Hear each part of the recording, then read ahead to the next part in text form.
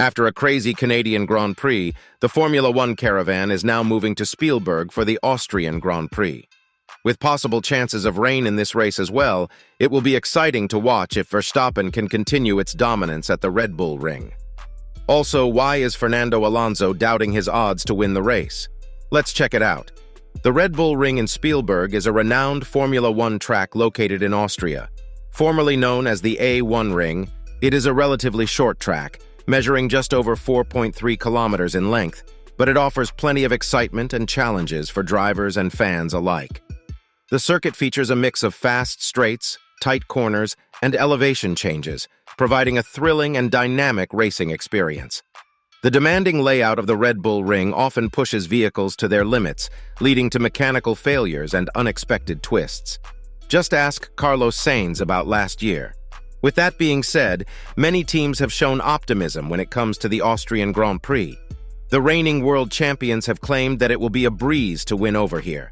Red Bull have been dominant so far this season, with winning each and every race so far, and many F1 pundits say that they are likely to continue this form, and Verstappen will cruise to another victory in Austria. Helmut Marko, Red Bull's team advisor, has argued, however, that it will be a challenge if Ferrari came in hot behind their heels. In an interview, Marko said, "Max has won more times than anyone else here. The track suits him. The many Dutch spur him on.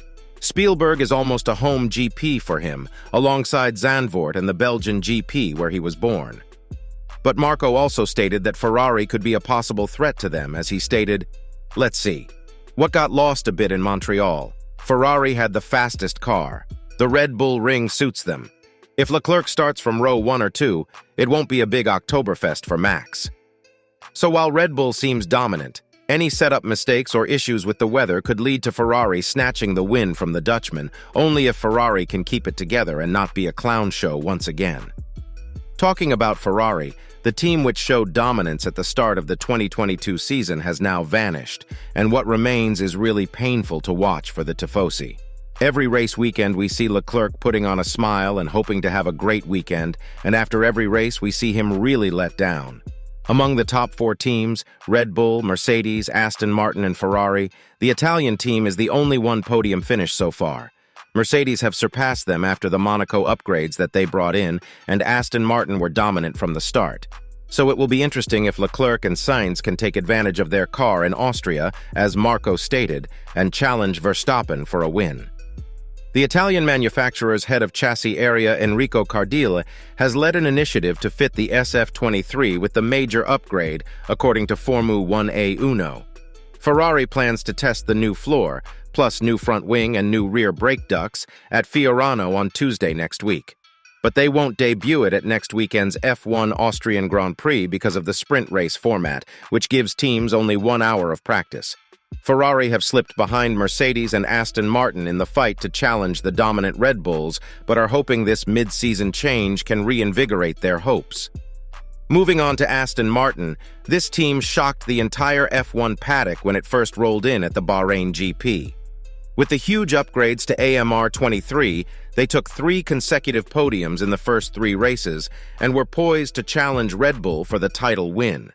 Even Mercedes looked lacking in front of them.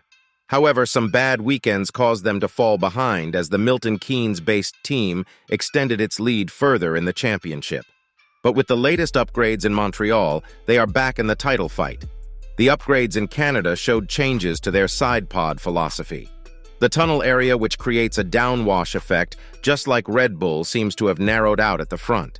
The side pods also have a huge cutout in the front lower section, which channels the air all the way to the back between the rear wheels and beam wing.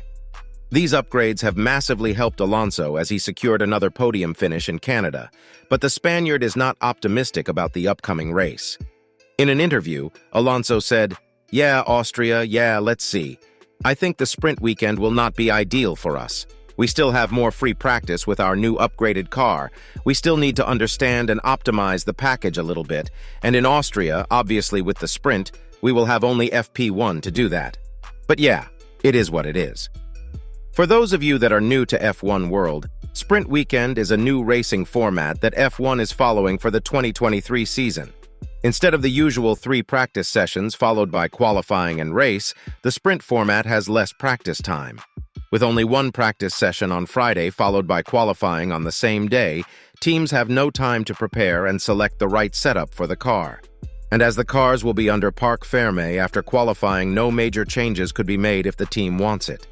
With major upgrades to the car, Alonso doubts that if any miscalculations or wrong setup is used in practice and qualifying, it could lead to a bad weekend for the team.